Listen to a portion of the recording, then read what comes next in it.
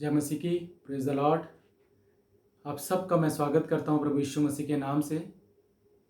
आइए हम पवित्र शास्त्र से परमेश्वर का वचन देखेंगे।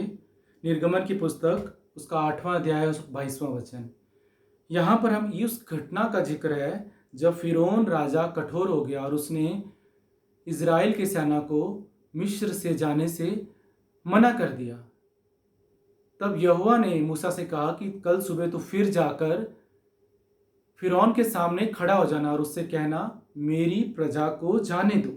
अगर तू मेरी प्रजा को नहीं जाने देगा तो मैं कुछ करूंगा। और 22वें वचन में लिखा है, यहाँ परमेश्वर कह रहे हैं, उस दिन मैं गोशेन देश को जिसमें मेरी प्रजा रहती है मैं अलग करूंगा और उसमें डोसों के झुंड ना होंगे, जिससे तू जान ले कि पृथ्वी के बीच मैं ही यहोवा हूं। मैं अपनी प्रजा और तेरी प्रजा में अंतर ठहराऊंगा।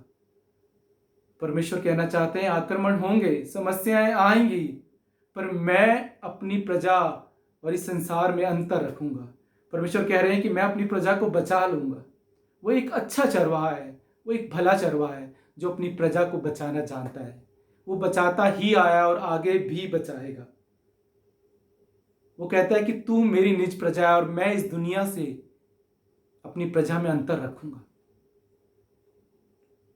पर हमें ये समझना बहुत ज़रूरी है कि जिस दिन हमने यीशु मसीह पर विश्वास किया, हमने उसके राज्य में एक जन्म पाया है।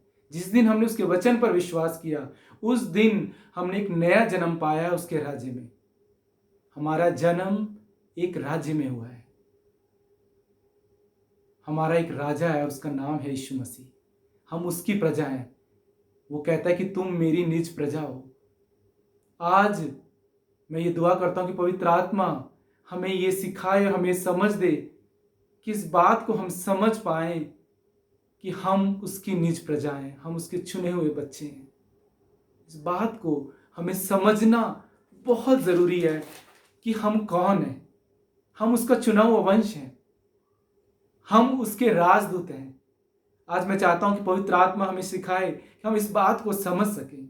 और आज पवित्र शास्त्र में से हम कुछ घटनाओं के बारे में पढ़ेंगे और वहां से सीखेंगे कि कैसे परमेश्वर के लोगों के जीवन में जब समस्या आई तो वो डर गए, और जब परमेश्वर ने उनके साथ आकर वहां खड़े हुए तो कैसे वो साहसी बनकर, एक शूरवीर सोदा बनकर वहां से उन्होंने जय हासिल की।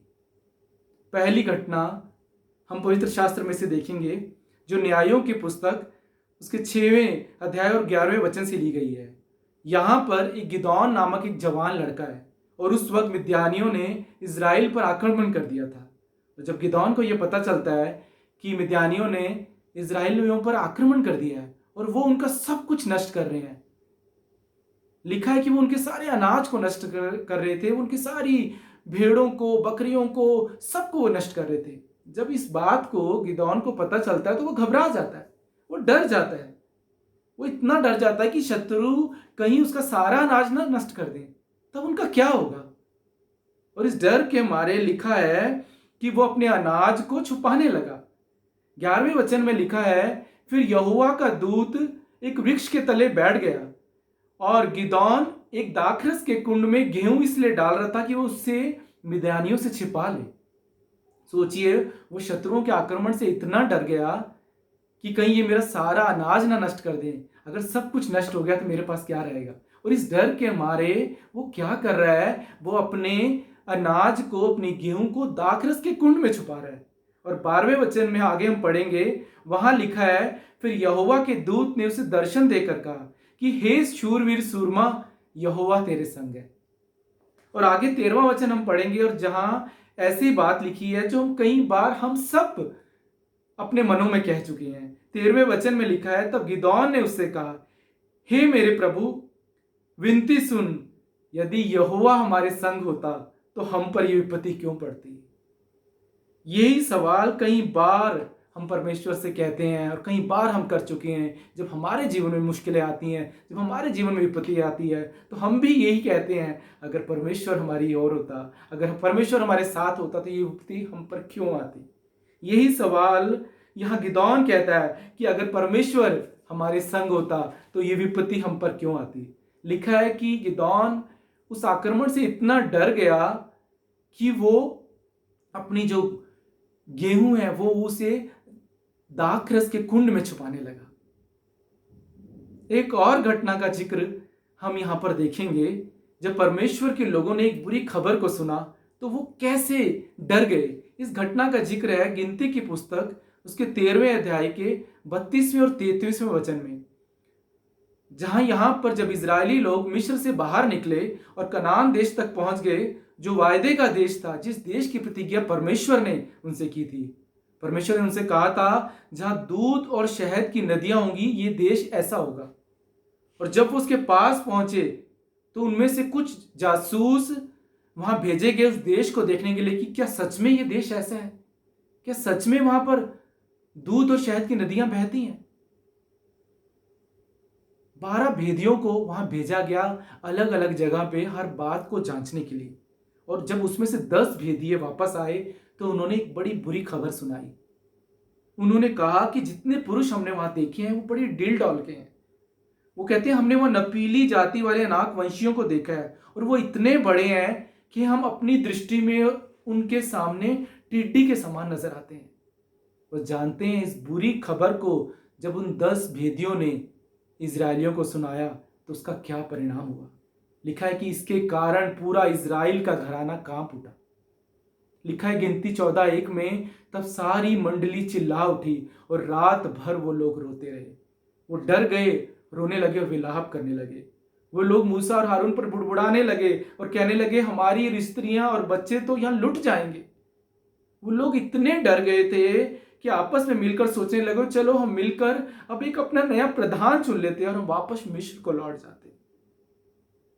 इजराइल की पूरी प्रजा डर गई जब उन्होंने एक बड़ी बुरी खबर पर विश्वास कर लिया। ऐसा कई बार हमारे साथ भी होता है, जब हम किसी बुरी खबर पर विश्वास कर ले जाते हैं तो हम इतने डर जाते हैं, हम इतने घबरा जाते हैं, हम विलाप करने लगते हैं, हम रोने लगते हैं और कहते हैं कि अब हमारा क्या होगा। यहां पर लिखा है कि वो डर गए और विलाप करने लगे और कहने लगे, इतना तक सोचने लगे चलो हम एक अपना अलग प्रधान चुन लेते हैं और वापस मिस्र को लौट जाते हैं। एक और घटना का जिक्र हम फिर देखेंगे 1 शमूएल 17:24 में। यहां पर भी हम एक ऐसी घटना देखते हैं जब इजरायली लोग अत्यंत भय में आ जाते हैं। यहां पर हम देखते हैं कि पलिश्तियों की सेना का सामना इजराइल की सेना के साथ होता है और पलिश्तियों की सेना के बीच में से एक योद्धा बाहर निकल कर आता है। वो गोलियत नाम का योद्धा आकर वहां पर इजरायलियों की सेना को ललकारता है और कहता है कि क्या तुम में से कोई शूरवीर है जो मुझसे लड़े। और जब वो आकर ललकारता है तो 11वें वचन में लिखा है, उस पलिश्ती की इन बातों को सुनकर शाऊल और समस्त इजरायलियों का मन कच्चा हो गया और वो अत्यंत डर गए। लिखा है समस्त इजराइल डर गया इस बात को सुनकर। और फिर क्या हुआ, 24वें वचन में हम पढ़ते हैं, वहां लिखा है कि उस पुरुष को देखकर समस्त इजरायली अत्यंत भय खाकर उनके सामने से भागे। आज 3 इन घटनाओं का हमने जिक्र किया और ये तीनों घटनाएं परमेश्वर के चुने हुए लोगों के साथ हुई। पहली घटना में हम देखते हैं जब वो जवान गिदौन मिद्यानियों के आक्रमण से इतना डर जाता है और डर के मारे अपनी बची हुई गेहूं को दाखरस के कुंड में डाल रहा है। और जब स्वर्गदूत उसे कहता है कि हे शूरवीर सूरमा, यहोवा तेरे संग है, तो वो परमेश्वर से गुहार लगाता और कहता है यदि परमेश्वर हमारे संग होता तो ये विपत्ति हम पर क्यों पड़ती। वो कह रहा है कि परमेश्वर ने हमें छोड़ दिया है। और दूसरी घटना जब वो 10 भेदिए वापस आते हैं बुरी खबर लेकर और उन्हें सुनाते हैं तो लिखा है सारा इजराइल भयभीत हो गया और रोने लगा और विलाप करने लगा। और तीसरी घटना शमूएल की किताब से, जहां वो पलिश्ती योद्धा गोलियत जब इजराइल की समस्त सेना के सामने आके ललकारने लगता है तो लिखा है कि सारी इजराइल की सेना घबरा कर वहां से भाग जाती। पर आगे आज इस पवित्र शास्त्र में हम ये जरूर देखेंगे कि इन तीनों घटनाओं का आगे परिणाम क्या होगा। पहले हम देखेंगे गिनती की पुस्तक उसका 14वां अध्याय और 9वां वचन हम यहां पढ़ेंगे। वहां लिखा है, केवल इतना करो कि तुम यहोवा के विरुद्ध बलवा ना करो और ना उस देश के लोगों से डरो, क्योंकि वो हमारी रोटी ठहरेंगे।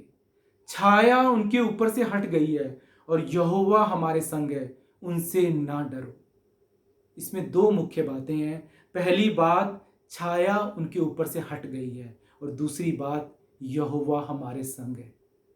क्या आप जानते हैं कि आप एक छाया के नीचे बने हुए हैं?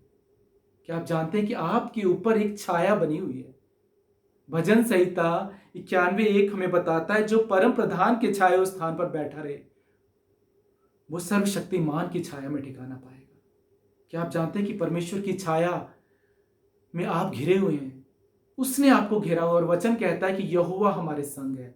आज चाहे इस दुनिया में कुछ भी क्यों ना हो रहा हो, आज दुनिया में आपको लग रहा हो कि परिस्थितियां देखकर कि हालात तो सही नहीं लग रहे हैं, सब कुछ मेरे विपरीत है, पर याद रखें ये बात कि आज परमेश्वर का आत्मा आपसे कह रहा है कि परमेश्वर आपके साथ है।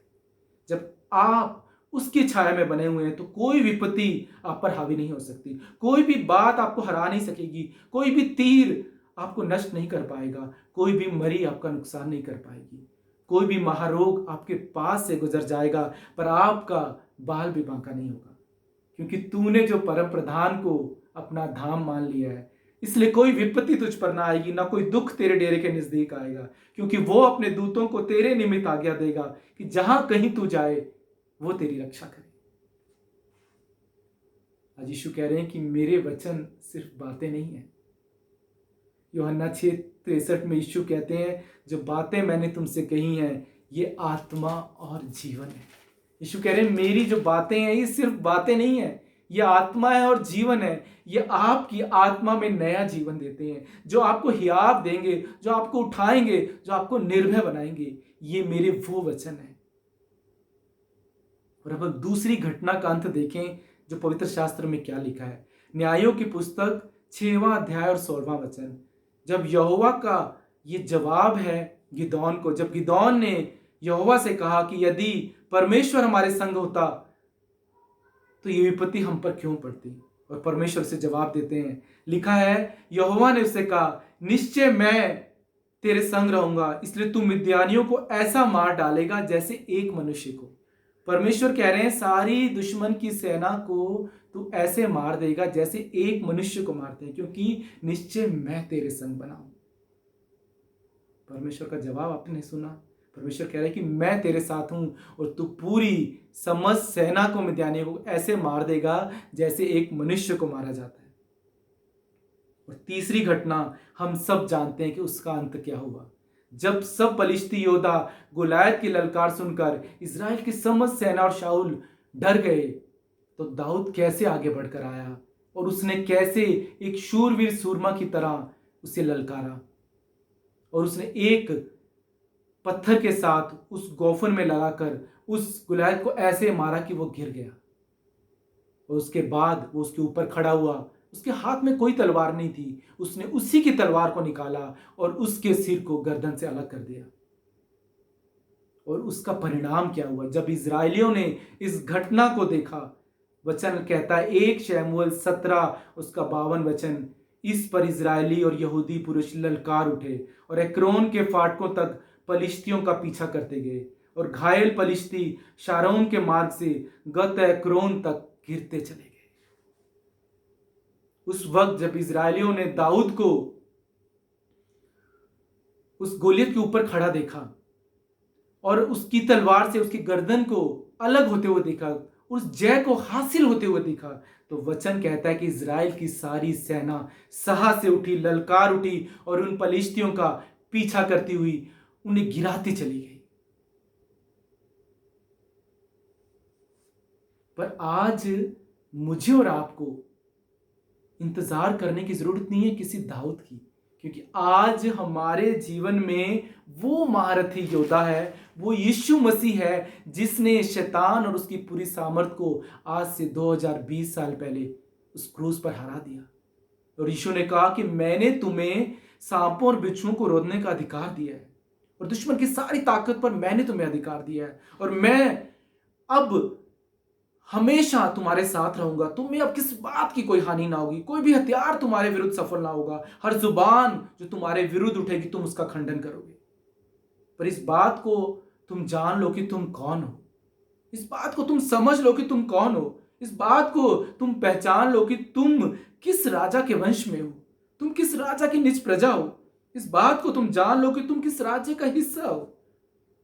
तुम्हारा वो सामर्थी राजा है जिसने दुश्मन और उसकी पूरी सेना का और उस गुलायत का सिर पहले से ही काट दिया है। और अब ये हमारा समय है कि हम उठें और ललकारें। पर कैसा होता है हमारा साहस से उठना और ललकारना? हम सब एक मसीह हैं, और जब हम मसीह हैं तो यीशु हमारा राजा है और इस राजा की छाया में हम हैं। पर क्या निकलता है हमारे मुंह से?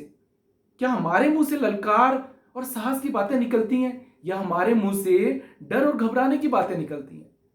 आज ये सवाल मैं आज आपसे पूछ रहा हूं। जब आपके जीवन में मुश्किल आती है, जब आपके जीवन में तकलीफ आती है, तब आपके मुंह से कैसी बातें निकलती है? जब आप अपने दोस्तों से, अपने रिश्तेदारों से बात करते हैं, तो आप कैसी साहस की बातें करते हैं, या विश्वास की बातें करते हैं, या उनके आगे रोने लगते हैं कि हम दुर्दशा में पड़ गए हैं, हम मुश्किल में पड़ गए हैं?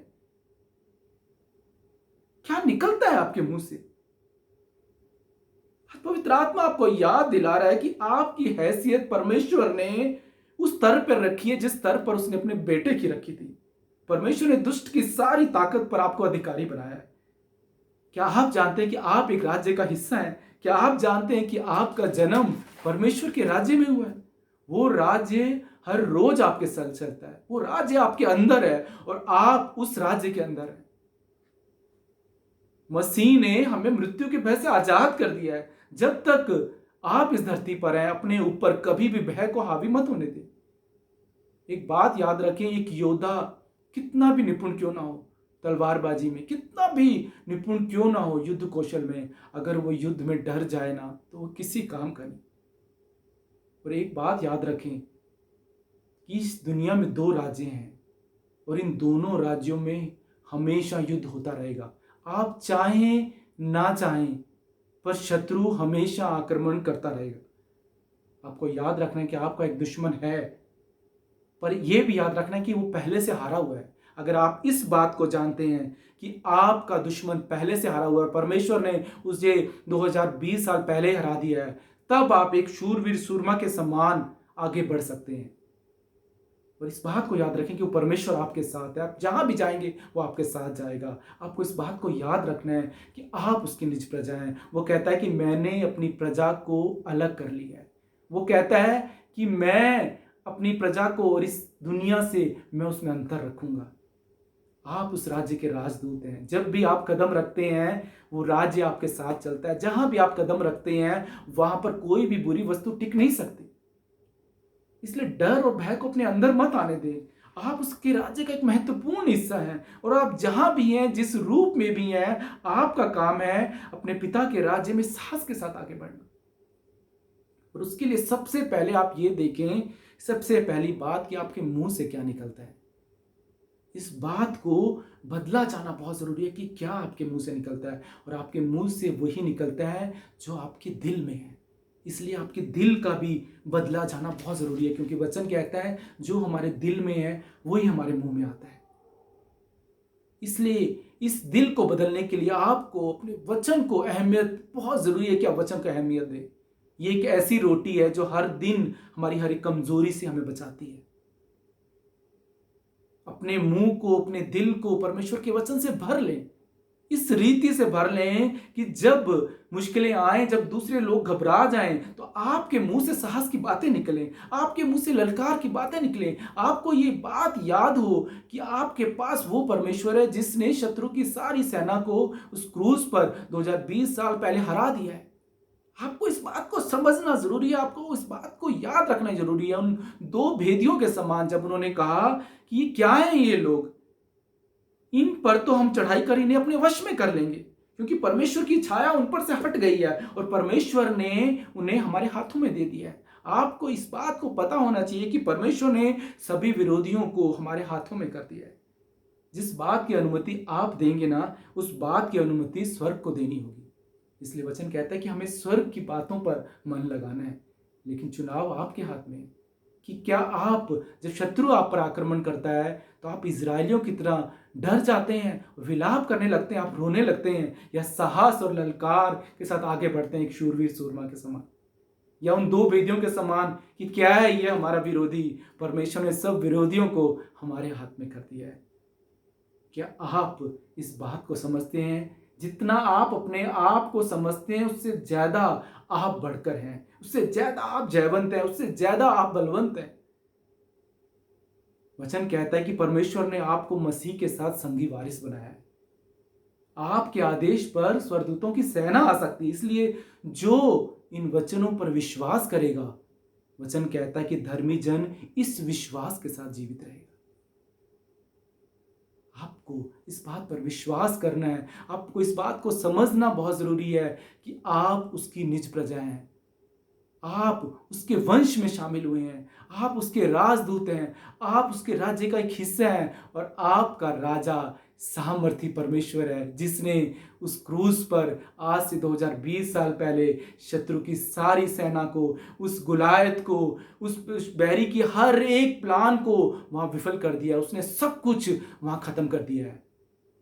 अब सिर्फ आपको आगे बढ़ना है इस साहस के साथ, विश्वास के साथ कि परमेश्वर आपके साथ है। एक शूरवीर सूरमा के समान आपको आगे बढ़ना है और इस बात को याद रखना है कि परमेश्वर आपके साथ है।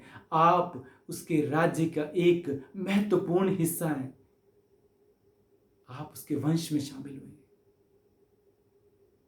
मेरी यही दुआ है कि आज परमेश्वर इन वचनों के द्वारा आपको ये समझ दे कि आप ये जान पाए कि आप मसीह में कौन है, आप मसीह में कौन है, आप मसीह में उसके संगे वारिस है।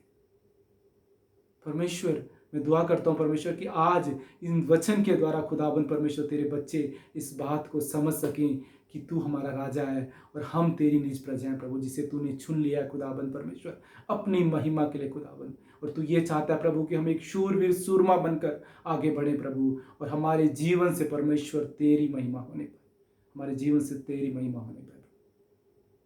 परमेश्वर का प्रेम, प्रभु यीशु मसीह का अनुग्रह और पवित्र आत्मा की सहभागिता आप सबके साथ सदा बनी रहे। आमीन।